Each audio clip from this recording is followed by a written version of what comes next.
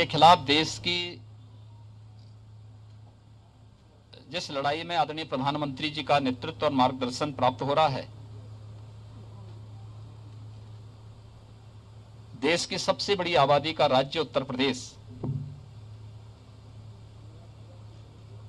अपने जनप्रतिनिधियों, प्रशासनिक team, health workers, corona warriors और जनता जनार्दन के सहयोग से मजबूती से इस लड़ाई को लड़ रही है और उसके परिणाम भी हमारे सामने आ रहे हैं।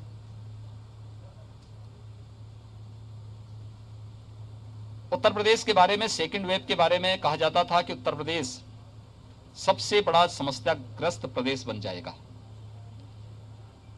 और 25 अप्रैल से लेकर के 10 मई के बीच उत्तर प्रदेश में 1 लाख केस प्रतिदिन आएंगे।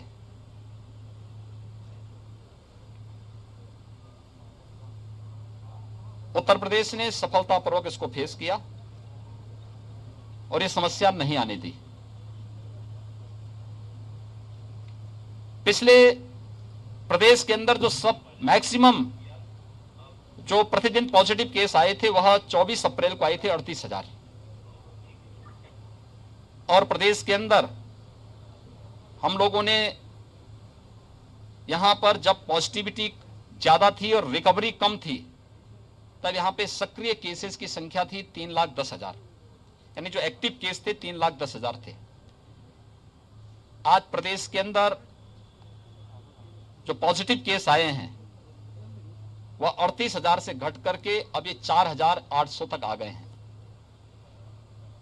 और जो प्रदेश के अंदर एक्टिव केस थे 3,10,000 30 अप्रैल को, आज प्रातः 6 बजे तक उनकी जो संख्या है यह घट करके अब 84,000 पे आ गई है। यानी हम लोगों ने पिछले 22 दिनों के अंदर 2,26,000 से अधिक एक्टिव केस को रिकवर करके उन्हें सकुशल घर भेजा है। प्रदेश की रिकवरी इस समय 93% से अधिक है। प्रदेश के अंदर पॉजिटिविटी अभी 2 के आसपास है। लगातार प्रयास किए जा रहे हैं। टेस्टिंग प्रदेश की सर्वाधिक है। 4,67,00,000 से अधिक टेस्ट वर्तमान में प्रदेश यहां पे कर चुका है। लेकिन फर्स्ट वेव और सेकेंड वेव में कुछ अंतर था। फर्स्ट वेव में हमें ऑक्सीजन की किल्लत नहीं हुई, लेकिन सेकेंड वेव में जितनी अधिक संक्रमण था उतनी तेजी के साथ ऑक्सीजन की आपूर्ति की मांग भी बढ़ी और एक प्रकार से क्राइसिस से देखने को मिली। हम आभारी हैं भारत सरकार के, जिन्होंने हमें ऑक्सीजन एक्सप्रेस उपलब्ध करवाई, वायुसेना के विमान उपलब्ध करवाए। हम लोगों ने जहां ऑक्सीजन उपलब्ध थी देश में, वहां से ऑक्सीजन एक्सप्रेस के माध्यम से प्रदेश के अलग अलग जनपदों में उपलब्ध करवाने का कार्य किया। और आज भारत सरकार के सहयोग से राज्य सरकार और तमाम हमारी अन्य संस्थाएं मिलकर के हर जनपद को ऑक्सीजन के क्षेत्र में आत्मनिर्भर बनाने के लिए भी कार्य कर रही हैं। अकेले इस कमिश्नरी में 15 नए ऑक्सीजन प्लांट लग रहे हैं। झांसी में 6 ऑक्सीजन प्लांट अकेले झांसी में लग रहे हैं। लेकिन हमने थर्ड वेव की भी तैयारी की है। थर्ड वेव के लिए अभी से हर मेडिकल कॉलेज में पीडियाट्रिक आईसीयू के निर्माण की कार्रवाई हमारी प्रारंभ हो चुकी है। हर डिस्ट्रिक्ट हॉस्पिटल में भी, इसके अलावा ग्रामीण क्षेत्र में सीएससीज में भी हम इसको फोकस कर रहे हैं। दूर दराज के लोगों को इस ना आना पर बहुत उनको समस्या ना होने पाए, इसके लिए इसको फोकस करते हुए अभी से इस अभियान को हम लोगों ने लिया है। और इसीलिए मैं बुंदेलखंड के प्रवास पे आया हूं। बुंदेलखंड में भी मैंने झांसी, ललितपुर और जालौन की समीक्षा बैठक ली है। टीम ने यहां पर अच्छा करने का प्रयास किया है और उसमें पूरी टीम मिलकर के इस अभियान को आगे बढ़ा रही है। उसके परिणाम भी सामने आए हैं। जो पॉजिटिविटी रेट यहां पर थी उसमें काफी गिरावट आई है। रिकवरी तेजी के साथ यहां पर बढ़ी है यानी अगर आप देखेंगे कि यहां पे रिकवरी का जो रेट है वह काफी ज्यादा है, और उसका परिणाम है कि अब जो एक्टिव केस हैं इस पूरी कमिश्नरी में वे काफी कम हो गए हैं। निगरानी समितियों ने इस दिशा में बेहतर प्रयास किया है। Door to door survey, screening, लक्षण युक्त व्यक्ति को मेडिसिन किट उपलब्ध कराना और आरआरटी की टीम वहां जाकर के 24 घंटे के अंदर टेस्ट कर सके। टेस्टिंग की क्षमता उत्तर प्रदेश ने बढ़ाई है। आज हमारे यहां उत्तर प्रदेश में 3,17,000 टेस्ट हुए हैं, यानी अब तक का रिकॉर्ड टेस्ट है ये। जब कोविड का पहला पेशेंट आया था उत्तर प्रदेश में पिछले वर्ष मार्च 2020 में, तब उत्तर प्रदेश में एक भी टेस्ट नहीं होता था।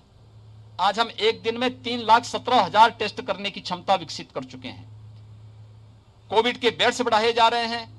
हर एक स्तर पर एक नए प्रयास हुए हैं। हमारा प्रयास है, एक एक व्यक्ति का जीवन अमूल्य है, उसको बचाना है, और साथ साथ हर व्यक्ति की जीविका को भी बचाना है। हमने इसके लिए कोविड कर्फ्यू लगाया है। कोरोना कर्फ्यू सामान्य जनजीवन प्रभावित हुए बगैर हमारी कोविड संक्रमण की चेन को तोड़ने की जो नीति है उसको हम सफलतापूर्वक आगे बढ़ा रहे हैं। और कोरोना कर्फ्यू को इसलिए 31 मई तक सुबह 7 बजे तक हम लोगों ने बढ़ाया है। इसमें हमारी आवश्यक सेवाएं चल रही हैं, उद्योग हमारे चल रहे हैं, परिवहन निगम की बसें उत्तर प्रदेश के अंदर संचालित हो रही हैं, सब्जी मंडी, फल मंडी, गेहूं क्रय केंद्र, कोटे की दुकान, ये सभी हमारे संचालित हो रहे हैं। लेकिन सब में कोविड प्रोटोकॉल का पालन करने के लिए व्यवस्था दी गई है। हर एक प्रकार से व्यवस्था प्रधानमंत्री जी ने प्रधानमंत्री गरीब कल्याण पैकेज के अंतर्गत मई और जून में हर परिवार को 5 किलो खाद्यान्न पर यूनिट देने की व्यवस्था की। और उत्तर प्रदेश सरकार जून, जुलाई, अगस्त में प्रदेश के अंदर 15 करोड़ लोगों को निःशुल्क खाद्यान्न वितरण करने का कार्य करेगा।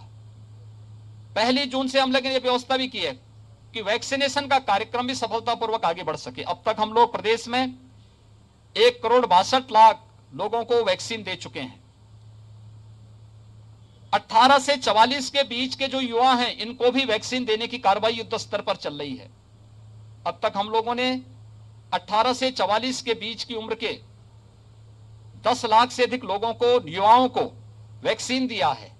अभी तक हमारे कमिश्नरी मुख्यालय और कुल 23 जनपद हमारे वर्तमान में 18 से 23 उम्र के लोगों, 18 से 44 वर्ष की उम्र के लोगों के लिए वैक्सीन की कार्रवाई के साथ जुड़े थे।